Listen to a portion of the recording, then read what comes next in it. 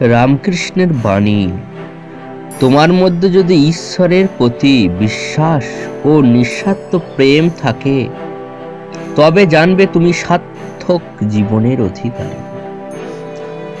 লজ্জা, ঘৃণা, ভয় তিন থাকতে নয়। তোমার মনের মধ্যে কখনো লোভ, ক্ষোভ, হিংসা পুষে রেখো না, কারণ মন হলো মন্দির, সেখানে শুধুই থাকবে ঈশ্বরের নাম, ভক্তি, প্রেম।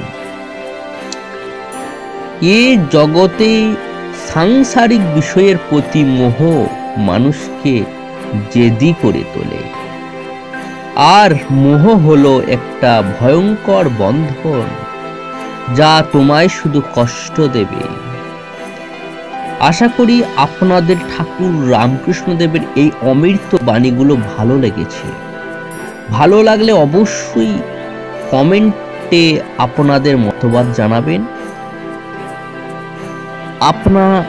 আপনার চেষ্টা করব এরকম আরো অনেক ভালো ভালো বাণী আপনাদের সামনে তুলে ধরার।